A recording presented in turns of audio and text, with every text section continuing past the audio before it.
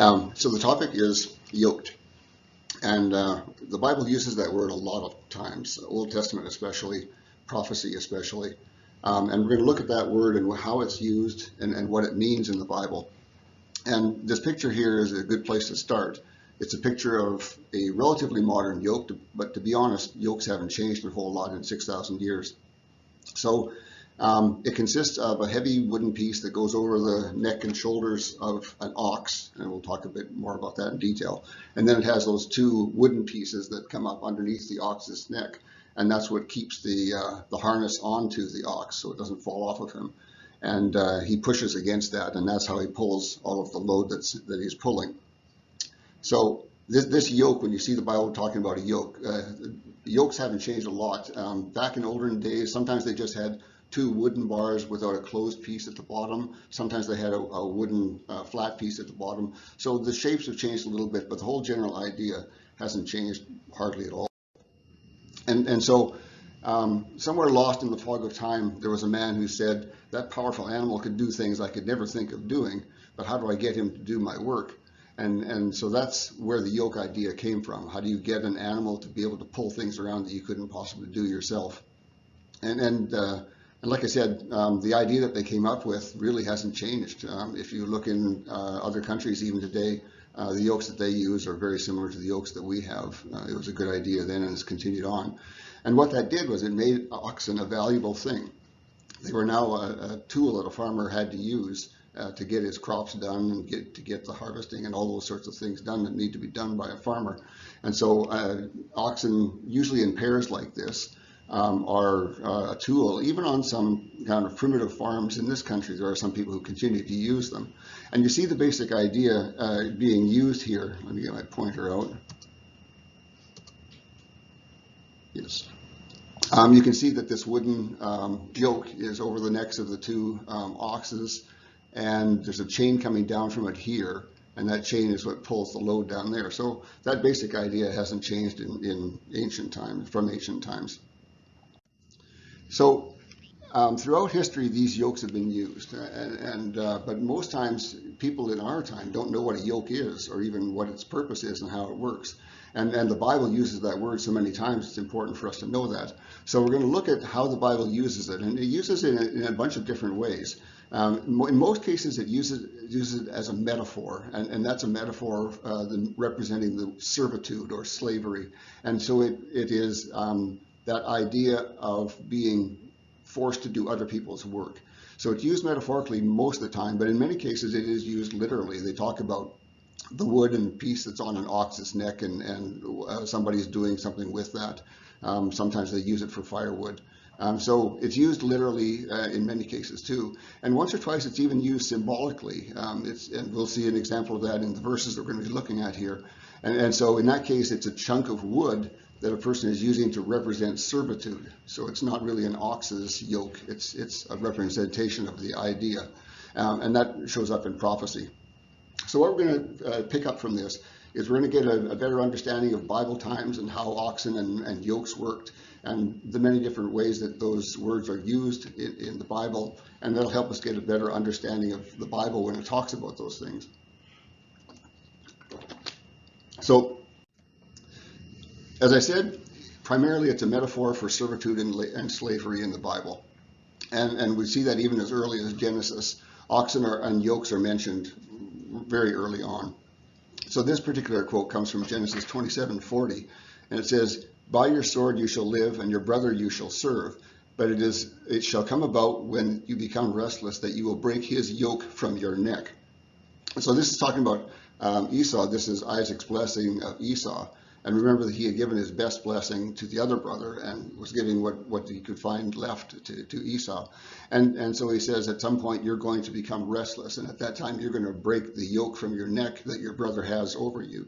And so he's using a yoke there as something that his brother has over him. And there's going to be a point when he's going to break that yoke and be free of it. And another representation that you see there is God's statement of what he has done for Israel.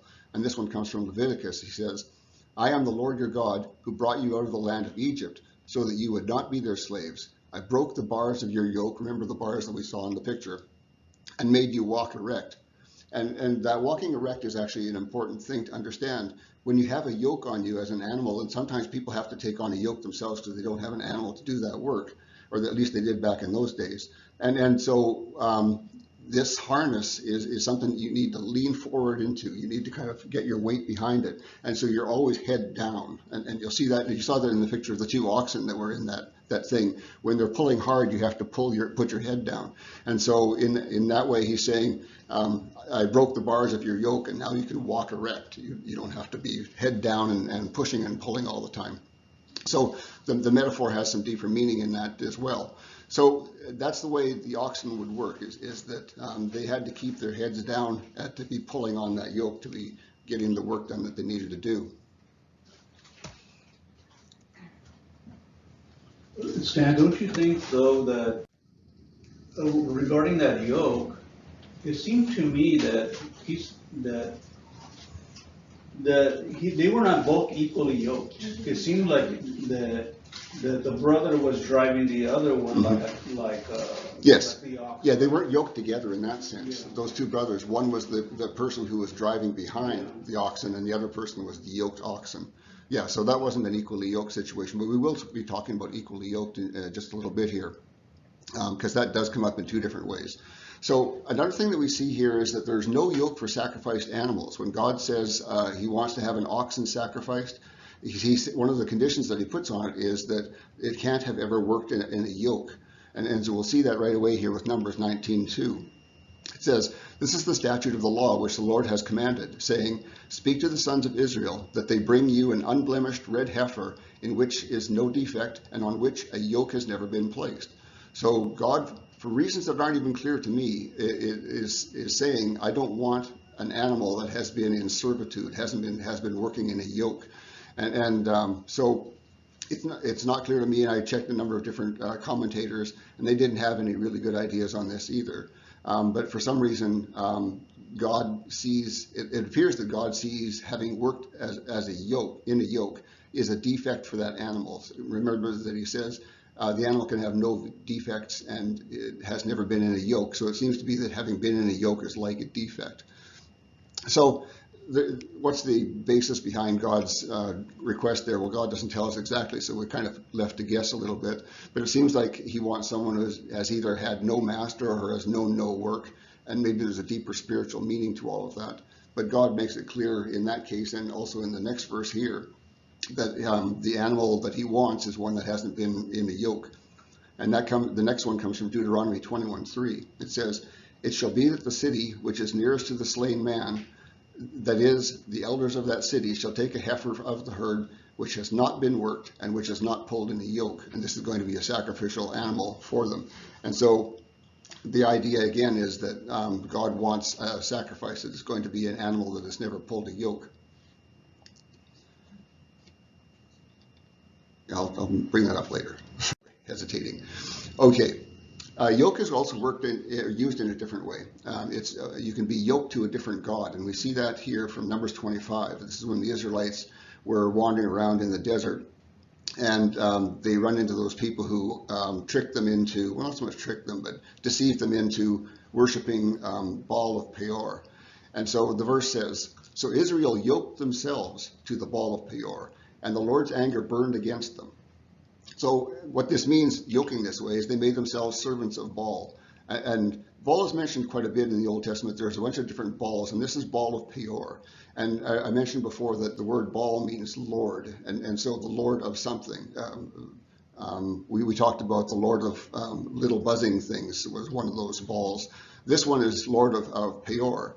And it appears that Peor definitely means opening, so he's the Lord of opening, which doesn't make a lot of sense right away. But people believe that the way they did their worship consisted of exposing sex organs, and they weren't thought highly of that by a lot of people for that.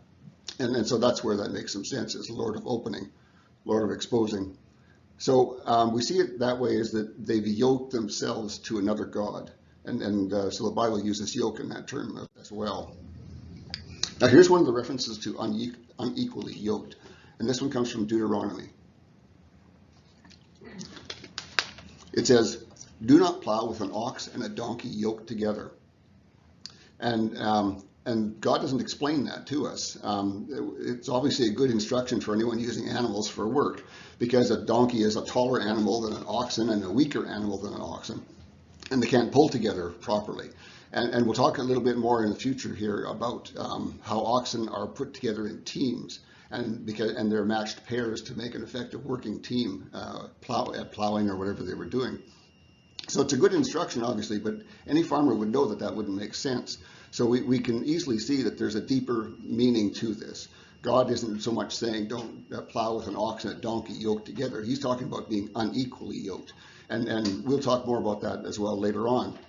But the idea here is that we as Christians shouldn't be yoked to unbelievers. And that comes up in the New Testament quite a few times. And we'll talk more about that, as I said, in the future here. Another thing is that yoke is used as a warning of a really hard labor, hard times. God curses Israel if they turn away from him. And in Deuteronomy 28:48 it says, "Therefore you shall serve your enemies whom the Lord will send against you, in hunger, in thirst, in nakedness, and in the lack of all things. And he will put an iron yoke on your neck until he has destroyed you." So he's talking there about an iron yoke, but iron yokes were never used. But the idea there is still about that metaphorical being yoked to something and being in servitude. And an iron yoke would be a yoke that you couldn't break. Literal iron yokes weren't used, but they would have been heavier on your neck as an animal, and they would have been impossible to break. And so that's the meaning behind this. He's not talking about an iron yoke, but he's talking about servitude that would never be broken. And so God is warning his people about that. If they turn away from him, these are the things that are going to happen to them. And if you remember that section of Deuteronomy 28, there's a long, long list of all the things that are going to happen to Israel if they turn away from God. And this is Moses warning them of those things. And it really is prophetic, because they do turn away from him and all these things happen to them. And just a little side note here. He says, until he has destroyed you. Destroyed doesn't mean killed in the Bible. It just means largely that destruction, what God wants to destroy is those attitudes within you, like arrogance, that led you to turning away from God. He wants to destroy those things. And yes, some of the people were killed, but the destruction he's talking about is returning to God with humble hearts and the proper attitudes that they should have. So, Sam, yeah. do you think that part goes into, I forget which part of the Bible, but it says, that once you turn against God, he will that curse that you're talking about will follow that family or that lineage into the third and fourth generation until finally somebody in that lineage and that family repents and gets it. That yoke is broken. Yeah, I don't think the Bible says that exactly, but you're putting together two different verses that you could reasonably put together. It definitely does say that idea that third and fourth generation, it continues on down to them for those who hate God. And yeah, the other verse is true as well. So it could be that the curse does continue on until there is someone who returns to God and breaks that curse and breaks that yoke.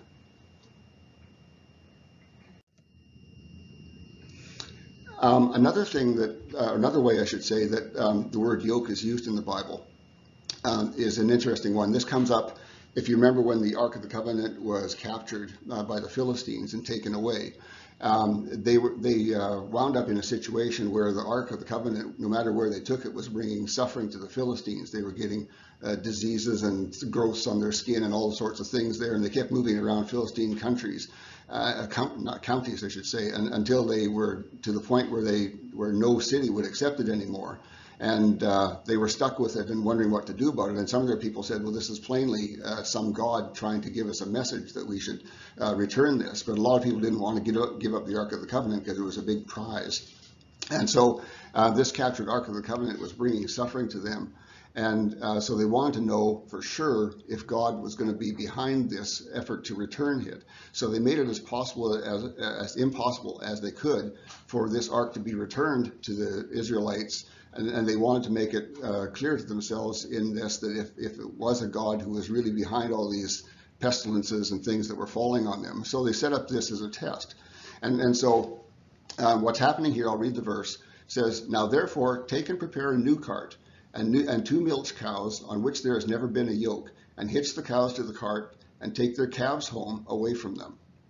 So that's the test, is they're going to put the Ark of the Covenant on this cart, but they're making it as impossible or as difficult as possible for the animals to actually take it back to Israel. And they want to make it so hard so that they can see that a God is going to act to make it happen. And that way they'll know that these diseases and stuff that they are suffering were the result of this God.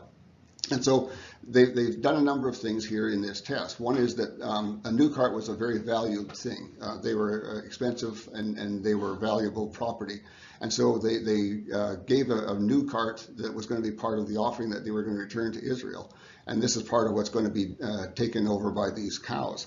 And instead of taking oxen, now an oxen is really just cattle. They aren't anything special, but they're usually chosen to be a breed of cattle that is stronger than other cattle, and so they're kind of the strongest of the cattle, and so they're going to use, instead of oxen, which are trained to pull things, they're going to be using milch cows, which we would probably say more like milk cows, but these are cows who have young and are giving milk to their young at this point.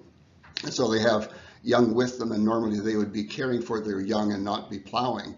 They haven't even, in fact, it specifies that these cows would be ones that have never been under a yoke, and so they would never even know how to work with a yoke on their back or anything like that. So they've made it as difficult as possible here. And the other thing that's part of this is they're nursing their young. These are cows who have young, and they wouldn't normally leave their young. And so they're going to have to take up a yoke that they've never done before, pull a cart that they've never done before, and it's going to be not in their nature to do this, to even work together on a yoke. And so they're making this test for God as hard as they can, so that God will have to reveal and make it clear to them that this is really, that he was the one behind the diseases, and it was the right thing for them to return this thing to Israel. And that is what happens. Samuel records that and says that these 2 cows who had never been under a yoke and never pulled anything because they'd never been under a yoke, and who had young that were taken away from them, they just wander off down the field and take the cart over to Israel and return the Ark of the Covenant on the cart. And so it's clear to them that it was God who was involved in causing all their suffering. So that's an interesting one there, where a yoke is being used as a test, a test for God to see if it's really God behind this. But regarding the yoke, though, it seems like it's very appropriate, because I don't think we realize it, but the yoke is really a burden that, is reflective or symbolic of a burden that we have.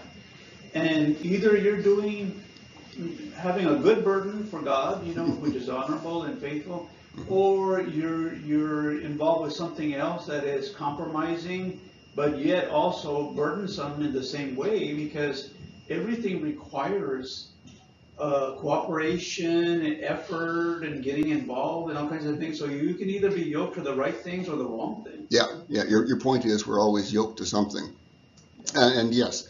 And in fact, I'll bring up a little bit of something. As I was preparing this lesson, I realized that it's also about me. As of yesterday, I'm no longer yoked to a job.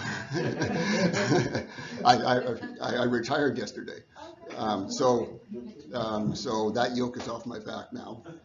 But then we need to bring up something else. An ox who works a yoke knows where his food is coming from at the end of the day.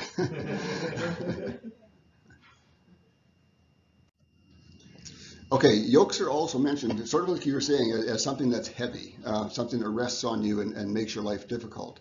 And there's quite a few references to this. This is one in particular from Solomon and his time. I'll read the verse first. The young men who grew up with him, this is Rehoboam, spoke to him, saying, "Thus you shall say to this people who spoke to you, saying, Your father made our yoke heavy, now make it lighter for us. But you shall speak to them.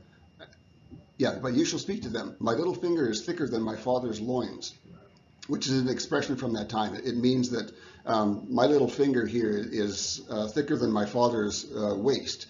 And what they're saying is, I'm tougher than my father ever was. Whereas my father loaded you with a heavy yoke, I will add to your yoke. My father disciplined you with whips, but I will discipline you with scorpions. So what's happened here is Solomon lived well off of people through taxing the people. And someone had to pay for all those wives that he had and that lavish life that he had. Yes, it's true. Somebody had to pay for that. And so, yeah, so it had been tough on the people during Solomon's time. And now here's Rehoboam, who's his replacement. And the people have come up and said, Solomon made a really heavy yoke on us. We'd like you to ease up on that and give us more of our own money to enjoy. And so, yeah, ultimately, this is like taxation for us. So Rehoboam talks to his friends, and they give him this bad advice. And he thinks that he's going to do even better than his father and tax them harder. And so he gives them this message saying, I'm going to tax you harder than he did. I'm going to discipline you. If you don't like it with scorpions, it doesn't mean literal scorpions, of course, but he says, I'm going to be tougher than you ever saw before. So Rehoboam takes this advice, but the unfortunate result of that is that Israel breaks into two groups at that time because they're not going to accept that. He's from the tribe of Judah, and Judah and Benjamin were kind of kept together as one, and then the other 10 tribes were separate. And so this causes a split between them. They say that we have nothing to do with this Rehoboam guy. He's not from our tribes, and so we're just going to ignore you and not going to pay any taxes at all. So the whole plan backfires on him. But the idea here is the heaviness of the yoke, and yoke is being applied as taxation, we would call it in our time. Now, a yoke is also used in another way. It's used as a way of counting oxen, and this is actually a good way to understand what a yoke was about. This comes from Job, and they're talking about all of the possessions of Job. And remember that early on, Job had all sorts of wealth in animals and possessions of all sorts. So the verse says, his possessions also were 7,000 sheep, 3,000 camels, 500 yoke of oxen, 500 female donkeys, and very many servants. And that man was the greatest of all the men of the east. So a yoke of oxen, and if you remember back to that picture of the two oxen who are hitched together under that yoke and pulling together, it was important to have the oxen equally matched. And so you would, as a person who was raising oxen or doing whatever you were doing, you wanted to have two matched animals. And the reason for that is if one pulls harder than the other, it twists the yoke on the neck, and so they really can't work together. And they have to be about the same height, or else the yoke is slanted downward and falls to the side. So for both those reasons, you want to have equally matched animals, and so they were counted and sold as a yoke, meaning there's two of them. This is a matched pair of oxen, and they've been known to work together, and they work together well. And so these are equally yoked oxen. They are a matched pair, and they were counted that way, as you can see in Job, because they always worked in pairs, and these matched pairs would go out and do your work, and you could count on them. And so they were sold that way, and that's still true today. There are still people who use oxen to do work like that, and when they do, they are sold as a team. I found an ad for one guy who was selling a team of oxen. And it even called it a yoke of oxen. So things haven't changed an awful lot that way. We don't use them as much as we do, but there are still uses for them. Okay, now it's also used, the word yoke is also used in prophecy in many different ways. And so we'll look at a couple of those now. In this passage here from Isaiah, it says, the Lord of hosts has sworn, saying, surely, just as I have intended, so it will happen. And just as I have planned, so it will stand, to break Assyria in my land, and I will trample him on my mountains. Then his yoke will be removed from them, and his burden removed from their shoulder. This is the plan devised against the whole world. This is the hand that is stretched out against all the nations. So Isaiah is talking about, prophetically, a time when this person, he talks about breaking Assyria in his land, in the land of Israel, obviously. And he says, at that time, that yoke that he has over Israel will be removed from them, and the burden that comes with that yoke will also be removed. So in this passage here, just to give you a bit of an understanding, it looks to be that this is talking about the same event that's described in Ezekiel 48 and 49. If you remember that situation there, enemies attack Israel, and the mountains of Israel are said to have been overturned in this earthquake-like event that wipes out all of those people. And so that's why we see breaking Assyria in my land and on my mountains. And the whole earth is behind this attack on Israel, all the nations, and God is seeking to punish them through that. So it seems to be a reference to the same event. But in this case, we're seeing the word yoke being used prophetically as a yoke that will be removed in the future. Now, here's another one that's different. This comes from Jeremiah, and this is a case where the word yoke is used as a symbol. And by symbol, I mean this yoke is a representation for the people to understand the metaphorical meaning of they could be enslaved. And I'll explain that more as we go along here. So from Jeremiah 28:10, it says, "Then Hananiah the prophet took the yoke from the neck of Jeremiah the prophet and broke it." I'll give you the backstory here. At God's instruction, Jeremiah has been wearing this small people-sized yoke. And people did wear yokes. If you were carrying pails of water, sometimes you would have a wooden yoke across your shoulders, and that would go down to buckets of water, and you would carry it on your shoulders like that. And so he's been wearing around this small yoke, but his purpose is not to carry water. His purpose is to tell people and warn people that you've turned away from God, and there's going to be a yoke put on your neck because of that. And so this is coming. And so he goes into these group of people, and a false prophet called Hananiah has been telling the people that the yoke of Babylon is going to be broken within 2 years. And so he's saying that God has told me that Babylon will be returning all of our people that they took, and all of the articles from the temple that they took, all the golden articles, they're going to be returning all that stuff within 2 years. And that's exactly the opposite of what Jeremiah has been saying. He's been saying that you need to accept this yoke, that God is saying that you need to accept that this is going to happen if you don't turn away from what you've been doing. And so Hananiah doesn't appreciate this contradiction that Jeremiah is giving to his prophecy.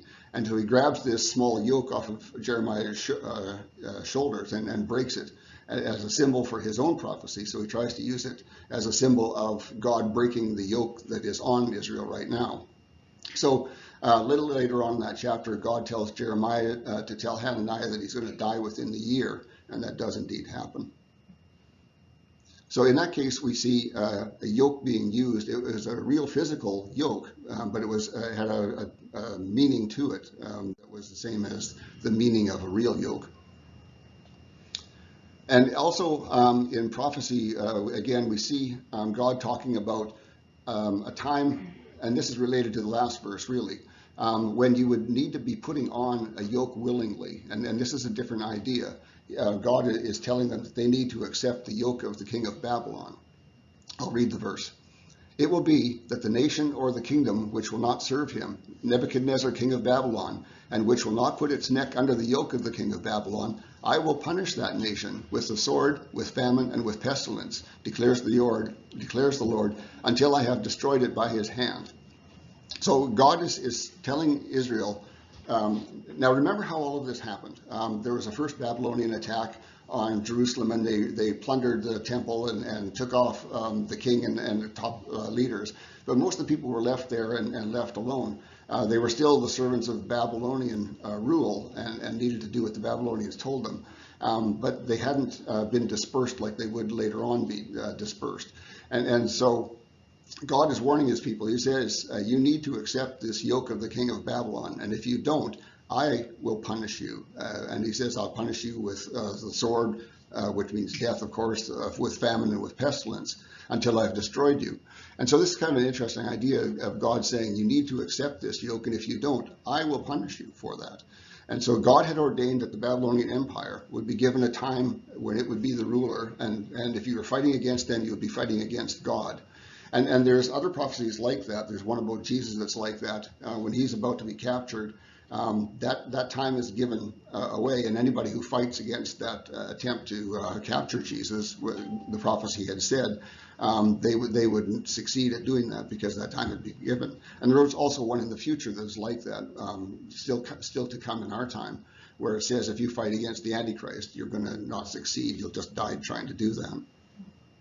I find it interesting that God uses good people and evil people for his own purpose. You know, he can get evil people to punish the good if they are out of hand or out of line or whatever. But on the other hand, just because you are not a people of God, it doesn't mean that God doesn't have expectations of you as well. Mm-hmm. So we find often that he punishes those nations that that are evil, for, in his estimate, and he will punish them because he has expectations of them. And this is what I try to tell people, like when I try to witness to them, they'll say, oh, I don't want to get involved with religion because I don't want to get God to punish me if I do something wrong. I tell them, no, you're going to get punished whether you are God's people or not. Because you have consequences for everything you do. Because whether you acknowledge God or not, there are consequences for the way that you live. Mm-hmm. Yeah, that's very true. And God is really saying that same thing here. By this time, they've already gotten themselves in trouble because they turned away from God, and He is in the process of punishing them. And He gives them, this is really a chance for them for it to not to be as bad as it could be. All they have to do is accept the king of Babylon as their ruler, but that's just not their nature. They see themselves as God's people and somehow special because of it. And they won't have anything to do with being ruled over by the king of Babylon. But the king of Babylon is a tool that God is using, and he's an evil man. He's not a nice person by any stretch, not a godly person, and so he's being used as a tool to punish them. Yeah. Another one from prophecy.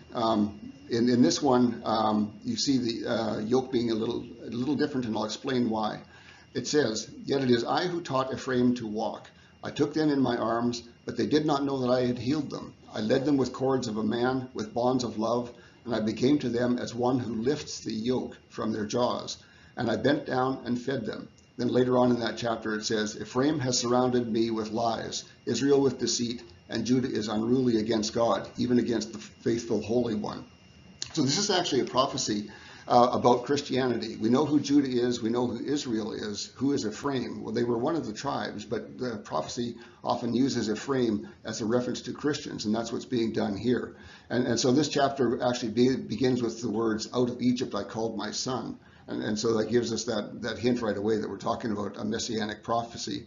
And again, we see also here the faithful Holy One that he's talking about, and that's a reference to Jesus. And so in this prophetic utterance by Hosea, he's saying that he talks about lifting the yoke. And so what God is saying for Ephraim, Christians, I took them in my arms, but they did not know that I healed them. I led them with cords of a man, with bonds of love, and I became to them as one who lifts the yoke from their jaws. Now, lifting the yoke from their jaws does make sense when you think of that yoke that I showed you right at the start. That wooden bar that comes down on the yoke, when you don't have a load on the yoke, nothing pulling on that yoke for the oxen, and he just goes to eat, he leans forward like this, and the yoke comes up and hits him in the back of his jaw. His mouth is much larger than mine, of course, and it kind of rests there and makes it hard for him to eat in that way. And so if you want your ox to be able to take an opportunity to get some food while you're not using him, you would really want to lift up that yoke a little bit so that it wouldn't be pushing on his mouth and he would be able to eat. And so that's what yoke from their jaws is talking about. I checked with a number of different people on this, and there's a lot of confusion about what's meant by that because people don't understand yokes and jaws and oxen anymore. But that is the idea here, is that he's talking about all the wonderful things that he did for Ephraim, and one of those things was to lift the yoke from their jaws so that they could eat and comfortably and not have to struggle to eat. And another yoke that we know well, and now we're crossing into New Testament verses here. This is the yoke of Jesus, and this one comes from Matthew 11:29, and it says, "Take my yoke upon you and learn from me, for I am gentle and humble in heart, and you will find rest for your souls." Most Christians have twisted this to mean that there is no yoke at all, nothing they need to do to live the way God wants them to live. And they try to teach that as a rest, as a present promise, but rest is really a future promise. And so the difference between the Old Testament and the New Testament covenants is really important to understand there. In the New Testament covenant, the load is lighter. You're supposed to learn. The Christian grows and learns. The Spirit leads him to pull a heavier load as he becomes a stronger animal in the Christian faith. And so that's different from the Old Testament. In the Old Testament covenant, when you were age 12 or 13, the full load of that covenant landed on you, and you had to keep all of those regulations perfectly and all those rules perfectly. And if you didn't, you had to be making trips to the temple for sacrifices. So very big difference there, and it really alludes to that in this verse. Okay, and another one, this comes in Acts 15:10. This is when early Christians are figuring out some of the changes that have happened from the Old Testament to the New Testament. And in this one, we're going to see the Old Testament laws being referred to as a yoke. And so from that verse it says, "And now, why are you tempting God so as to put a yoke on the necks of the disciples, which not even our fathers nor we were able to bear?" So this question came up because of a number of things that had happened to the early Christian church. They had begun to bring Gentiles into it, and it wasn't clear how Gentiles fit in, because under Jewish law, the Gentiles were people that you really shouldn't be eating with, shouldn't be hanging around with. And so something has changed here, and they're beginning to discuss what's changed. And so there are some people there who feel that the Gentiles should be just like the Jews, and so they should be forced to be circumcised and to keep the law like the Jews. And so the discussion here is about that. And so the point here, that this is Peter speaking, the point he's making is that in trying to put all of these Old Testament laws onto new Christians, you are tempting God. He says, and by tempting God, he means you're not trusting God, and instead you're telling God what to do. And he says, by saying that Christians must be circumcised and keep the law, you're actually telling God what to do, and you're therefore tempting God. It's kind of an indirect way of thinking about it. But that is the same kind of tempting that the Jews did when they were, or the Israelites did when they were wandering around in the desert. They were always telling God what to do and trying to get him to do what they wanted instead of doing what he wanted. So God, and the point that Peter makes here about this is that he says that God had given them the Holy Spirit without ever having circumcision or the law. These Gentiles were being given the Holy Spirit. And he says, you can see from that it's acceptable to God that he would give them the Holy Spirit. So why do you think that you should put on all this law and all the circumcision requirements that weren't on them before and they were acceptable to God? And so the idea that they come to is that the Spirit will lead them from there, and they will grow along with the Holy Spirit guiding them. Okay, and this is the second reference to unequally yoked, and this one comes from 2 Corinthians, but it has what we've been talking about with the other unequally yoked one, and it says, "Do not be children of the yoke." Now, this is the translation I'm using. It's a direct translation, and it uses this expression, "children of the yoke," which is literally what they were saying back then. But what it really means is don't be associates with those who are unbelievers. And so that really goes back to the other verse from Acts 15, which was talking about the requirement of keeping the law for Christians. And so the idea here is that things are different for us under this covenant. It says, "Do not be children of the yoke with those who are unbelievers. For what partnership has righteousness with evil, or what intimacy has light with darkness?" So this is an often quoted verse, and it is it relates back to Acts 15 that we're just on, in that originally the Jews were God's people and the Gentiles were not God's people. And so that dividing line was based on genetics. And so what changes with Christianity now is that there's still that dividing line. You shouldn't be having partnerships with people who are evil. You shouldn't be intimate with those who are from darkness. And so the idea is still there, but the division line now is believer versus unbeliever rather than Jew versus Gentile. And so, again, most Christians abuse this verse, and it's kind of sad that they do. They want to ignore this verse when they want to marry someone who isn't a believer, for example, or they want to cling to this verse when they want to divorce somebody and remarry. And so they try to use it whichever way they want it to work for them. And so in the end, the world does what it wants. That's fine. They can do that. But most Christians find justifications to do what they want. And this is one of those verses that they often employ to do those sorts of things. And this verse isn't only about marriage. It's really about any binding relationship that you have that you can't freely walk away from.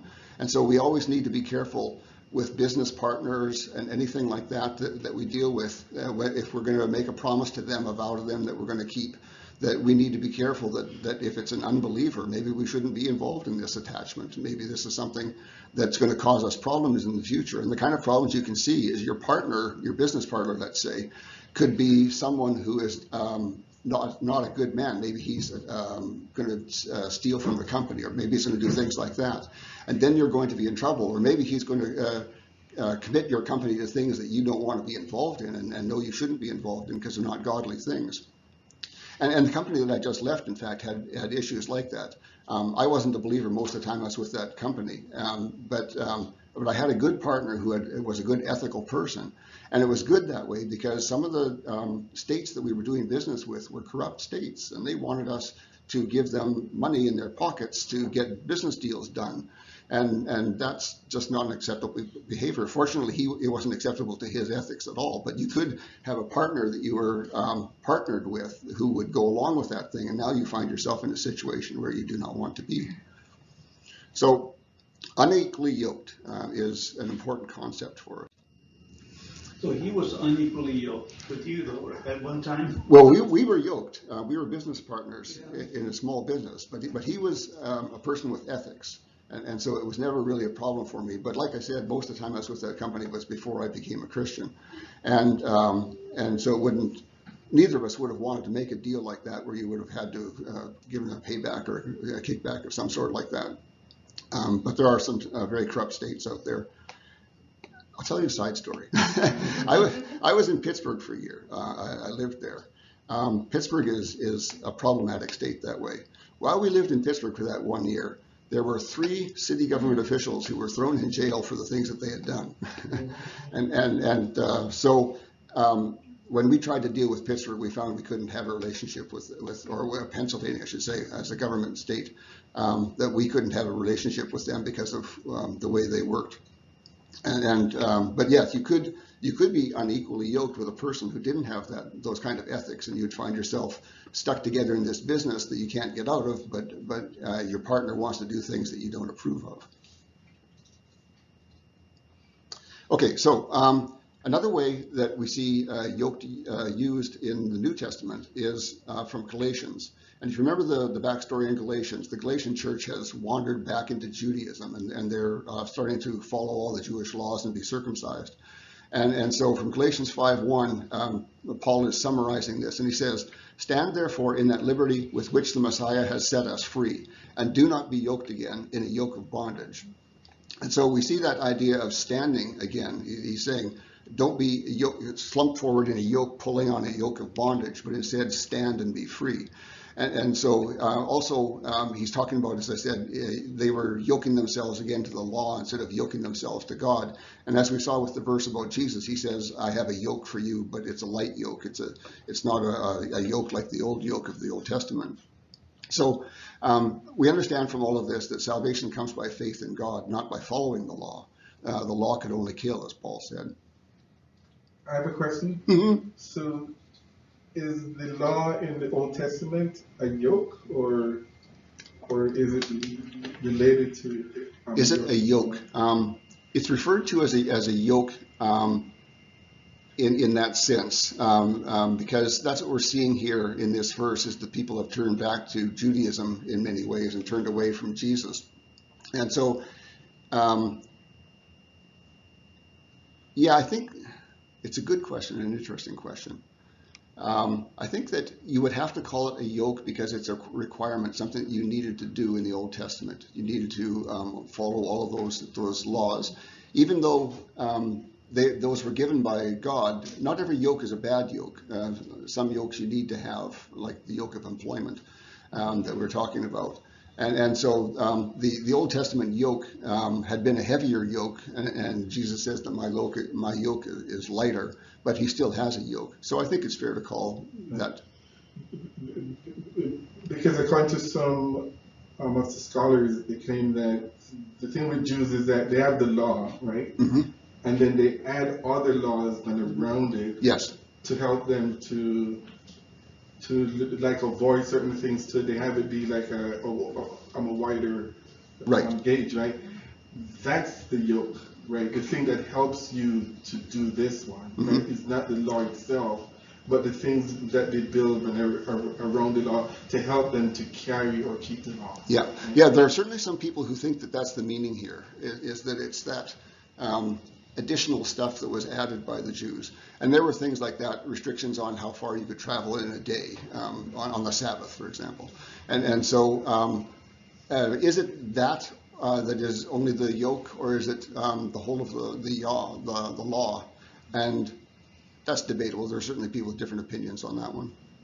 Well, I think that there are good yokes and there are bad yokes, right? I think the burden that God places on those of us that have been ministers, we have a burden, we really do. But it's one that we gladly take on. On the other hand, if I wasn't doing that, I could have a different burden, a different thing that I'm doing, and that is not pleasing to God. So there is such a thing as a good burden and a bad burden, because if you're not keeping God's laws, you're keeping man's laws. So either way, you're stuck somewhere. But I agree. I'm also in agreement with Brother Kirk that there are some people that add too much to it and make it burdensome, overly burdensome, make it more difficult, more complex, and far beyond what God intended. Yeah. Yeah, that's certainly true. That definitely happened. I also have a question. Hi. So going back to the couple slides, previous slides, about the Jews and then Gentiles coming in and how they were going to kind of relate to that. Because if you think about it in that context, there was some unequally yoked going on there, right? You have the Jews with a certain standard and the laws and all that they were doing. Gentiles not having been under the law. How's this relationship going to work out?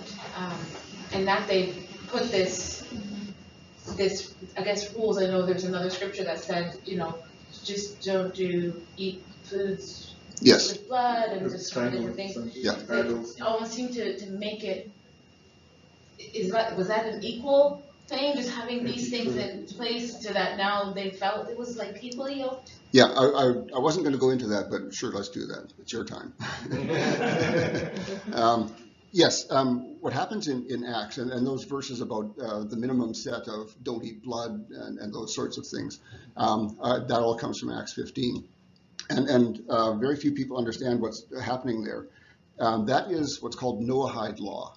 And so that's the original laws that were given to Noah, and they are kind of the basic set of laws for mankind to live by. And so he's saying there in that message that they send out to all the churches is that this is the basic minimum. And then he follows on that verse and he says, but the law of Moses is taught in every church throughout that. And so by that he's saying, that's your starting point. Go and learn from the churches and you'll be good. Yeah. Exactly. Yeah. Okay, we're done that track.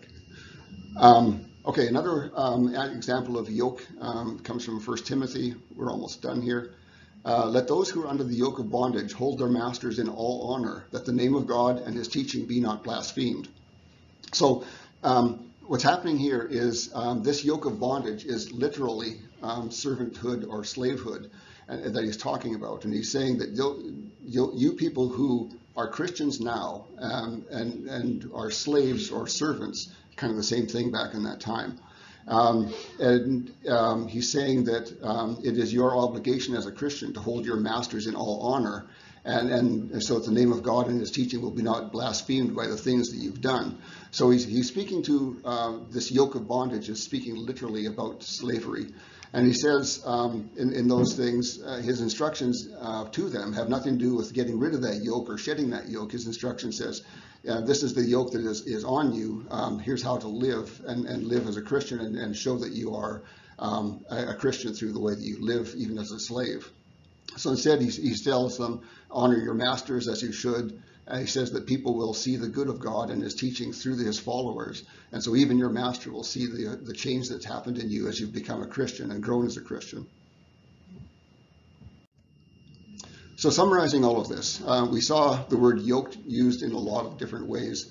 We saw there was a wooden device to put an animal's strength to work, but mostly the Bible doesn't use it that way. Mostly it uses metaphorically for being tied to some obligation or tied to some person, or somebody's in control of your life and destiny. We also saw that it was used as a way of counting and selling oxen, which are sold in matched pairs. And so from these things, we've kind of gotten a better understanding of what it means to have a yoke and how yokes work and how oxen worked, all of that process. And so we're able to understand the Bible a little bit better when it talks about those sort of things. But mostly the Bible uses the word yoke in symbolic ways, as forced servitude. For example, Israel was a conquered people and they were under the yoke of Babylon. Taxation, we saw a yoke being used to refer to that. We saw it just now being used as a reference to literal slavery. We saw that being also obedience to Old Testament laws, and the unequally yoked aspect of being tied to unbelievers. Christians should be avoiding that because being tied to an unbeliever can take you into places you don't want to be. Any last comments or thoughts? You call that a law, Noah? Noahide laws, yeah. Those are the laws. Nowhere in the Old Testament does it say these are the Noahide laws, number 1, 2, 3, 4, 5, 6, 7. But what the Jews did long ago was they saw God giving laws to Noah right from the start. And one of those things is not eating blood and cooking the young lamb in the mother's milk and other things like that. So those are called the Noahide laws, meaning the laws given to Noah. And they were, after the flood, this was the basic law for mankind. There had never been a law for mankind prior to that like that.